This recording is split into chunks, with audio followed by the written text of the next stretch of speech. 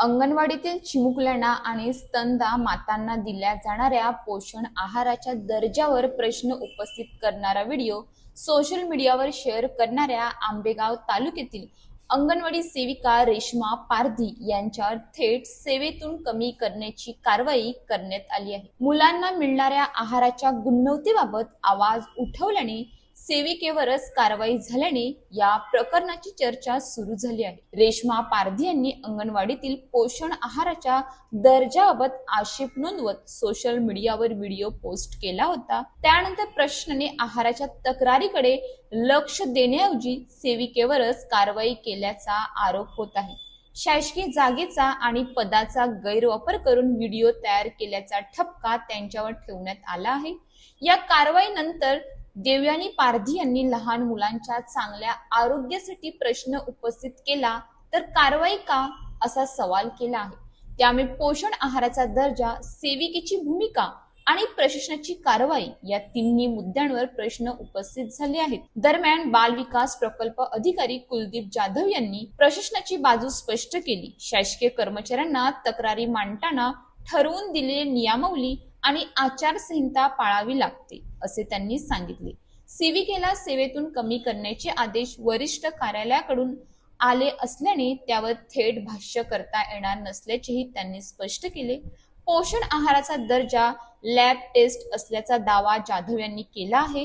तसेच रेश्मा पारधी यांनी नियमभंगाबाबत माफी मागणारा अर्ज जिल्हा परिषदेच्या मुख्य कार्यकारी अधिकाऱ्यांकडे केल्यास बडतर्फीचे आदेश रद्द होऊ शकतात अशी माहितीही त्यांनी दिली। संबंधितांना मुख्य कार्यकारी अधिकाऱ्यांकडे दाद मागण्याची संधी उपलब्ध असल्याने प्रशासनाने सांगितले आहे।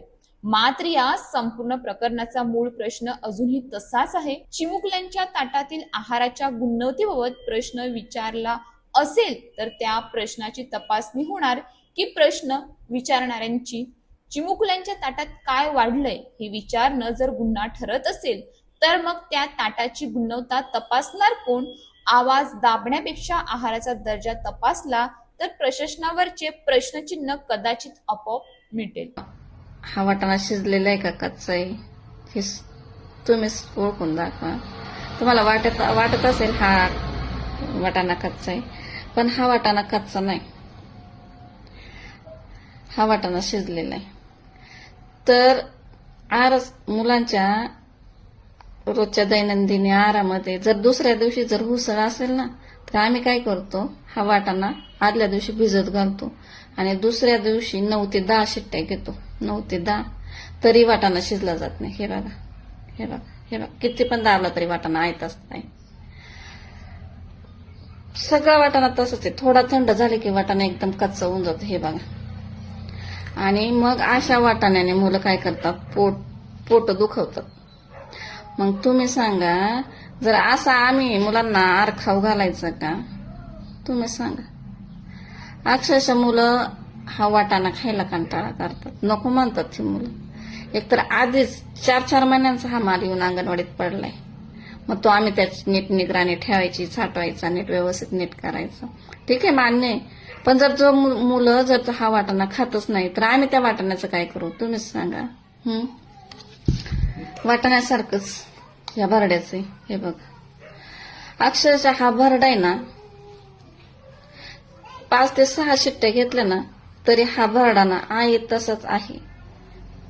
फक्त याच्यात जी साखर टाकतो ना त्याचं पाणी होतं, भरडा अजिबात शिजला जात नाही। मग त्याच्यात तुम्ही किती पण तेल टाका आणि किती काय पण करा, अजिबात भरडा शिजला जात नाही। अक्षरशः म्हणजे मुलं ना हे लापशी आणि उसळ खाण्यास नकोच म्हणतात, एकदम असं खायला कंटाळा करतात। मला सांगा, जर हा वाटाणा शिजत नाही, भरडा लापशी व्यवस्थित होत नाही, तुम्ही तरी तुमच्या मुलांना असा आहार खाऊ घालान का? तर आम्ही रोज मुलांना असा आहार खाऊ घालतोय। आता त्यात आमचं पण नाही विलाज आहे, पण म्हणजे ते मला असं खूप सारखं मुलांना असं ते खाऊ घालायचं असं कुठं तरी ते मनाला असं खूप खटकायचं नाही, हे कुठंतरी थांबलं पाहिजे। मला शासनाला एकच विनंती आहे की जो तुम्ही आम्हाला फेडरेशनचा आहार देताय ना तो थोडा द्या, पण चांगल्या प्रतीचा द्या, चांगल्या दर्जाचा द्या। असा हा निकृष्ट दर्जाचा माल नका देऊ आमच्या मुलांना. ह्या निकृष्ट दर्जाच्या आहाराने ना अक्षरशः मुलांची वजनं कमी होतात, वाढण्याऐवजी मुलांची वजनं कमी होतात. त्यामुळे कुपोषण वाढतं. आणि आम्ही मुलांवर एवढं लक्ष देतो, आम्ही आमच्या अंगणवाडीतल्या मुलांना ना आमच्या स्वतःच्या मुलांसारखं जपतो. आणि तुम्ही जर आम्हाला जर हा न शिजणारा वाटाणा, न शिजणारी लापशी भरडा देताय, सांगा ना बरं. ह्या लापशीच्या भरड्याचं प्रमाण असे, 1 किलो लापशीला जर पावशेर साखर, ती लापशी गोड होईल का हो? असं तुम्ही प्रमाण ठरवून आम्हाला दिलेलं आहे. अक्षरशः लापशी गोड होत नाही आणि मुलं खात नाही. म्हणून म्हणजे मला एक शासनाला सांगायचंय आणि आपल्या अन्न भेसळ प्रशासनाचे आयुक्त अधिकारी तुकाराम मुंडे साहेब, त्यांना पण माझी खूप कळकळीची विनंती.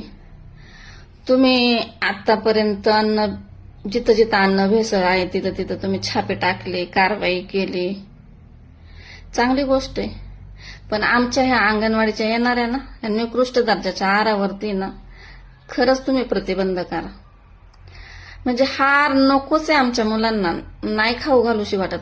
अक्षरशः मुलं कंटाळतात आहार खाण्यासाठी. आमची छोटी छोटी मुलं एक आशेने अंगणवाडीत येत असतात, काहीतरी गोड खायला मिळेल, काहीतरी खाऊ चांगला मिळेल, ह्या आशेने मुलं येतात शाळेत. आणि तुम्ही जर आम्हाला असा न शिजणारा वाटाणा, न शिजणारी लापशी देताय आणि आम्ही ती मुलांना खाऊ घालायची, कितपत योग्य वाटते? तर खरंच आपले अन्न भेसळ प्रशासनाचे आयुक्त तुकाराम मुंडे साहेब, मला खरंच तुम्हाला एक सांगायचंय की तुम्ही आमच्या अंगणवाडीत येणारा हा माल आहे ना खरंच बंद करा. नकोय असा निकृष्ट दर्जाचा माल. थोडा द्या पण चांगला द्या. आमच्या मुलांच्या आहाराच्या बाबतीत तरी आमच्या मुलांशी असं खेळ खेळू नका. तर माझ्या अंगणवाडीच्या ताईंना पण माझा एक कळकळीचा निरोप आहे की तुम्ही जास्तीत जास्त हा व्हिडिओ शेअर करा आणि आपले तुकाराम मुंडे साहेब यांच्यापर्यंत हा व्हिडिओ पोहोचवा आणि आपल्या मुलांना चांगल्या दर्जाचा आहार मिळेल याची विनंती करा. धन्यवाद.